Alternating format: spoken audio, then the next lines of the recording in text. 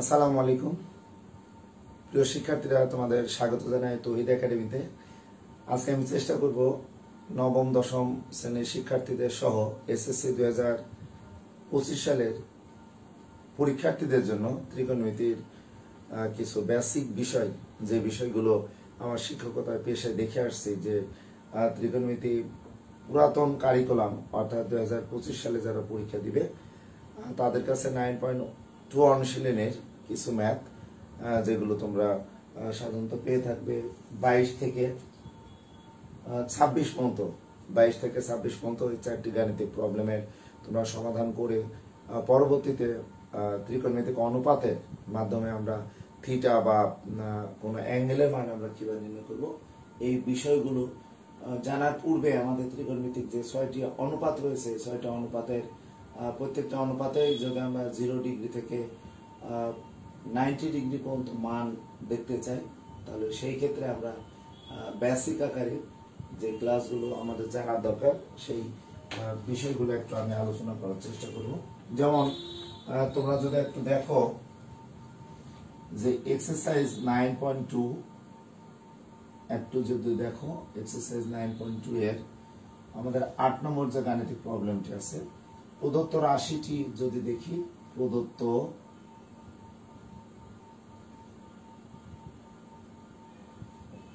রাশিটি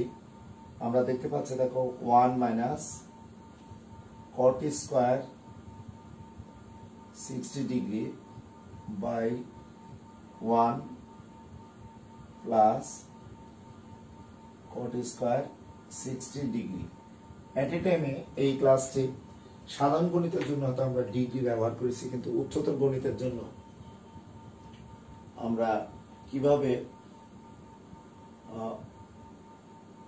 অনুপাত নির্ণয় করতে পারি, অর্থাৎ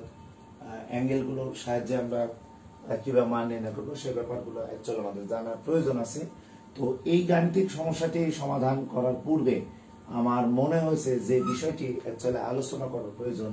যে এই যে সাইন স্কয়ার হয়তো আলফা দিলাম, সাইন স্কয়ার আলফা বলতে কি, বা আমরা এখানে যদি সাইন স্কয়ার 30 ডিগ্রি দিয়ে থাকি,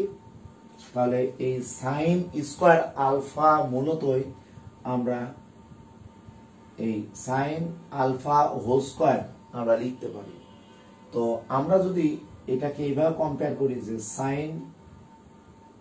30 ডিগ্রি হোল স্কয়ার, আমাদের কিছু কিছু বিষয় আছে যে বিষয়গুলো আসলে খুব জানার প্রয়োজন। যেমন আমরা যখন কোন একটি বাহুর দৈর্ঘ্য আমরা এ বি হোল স্কয়ার লিখবো, তখন আমরা কখনো এ স্কয়ার বি স্কয়ার এটি লিখবো না, কারণ এ আর বি বড় হাতের অক্ষর দ্বারা যখন এটি প্রকাশ করা হয়, তখন কিন্তু আমাদের মনে রাখতে হবে যে এটি আমাদের কোন একটা বাহুর দৈর্ঘ্য এভাবে দেওয়া ছিল, এ থেকে হয়তো বি পর্যন্ত একটি বাহুর দৈর্ঘ্য দেওয়া ছিল এ বি। এটা মান হতে পারে যে কোনো একটা মান, বাট আমরা যখন এ বি হোল স্কয়ার করবো, তখন প্রান্ত বিন্দুর মাথায় আমাদের শুধু স্কয়ার দিতে হয়। আবার এটাকে যদি আমরা এইভাবে উল্লেখ করি বি এ হোল স্কয়ার, তাহলে আমরা এটা লিখতে পারবো, দেখো বি এ স্কয়ার। তো এই ব্যাপারটি কেন আমি একটু আলোচনা করার চেষ্টা করব, কারণ আমরা বড় হাতের এ বি যখন দিচ্ছি তখন একটি বাহু দৈর্ঘ্য নির্দেশ করছে। আবার যদি আমি ছোট হাতের এক্স ওয়াই হোল স্কয়ার লিখি, তাহলে আমরা আলাদাভাবে কিন্তু দুইটি চলক গুণ আকারে আছে, এটিকে আমরা লিখতে পারবো এক্স স্কয়ার দেখো ওয়াই স্কয়ার,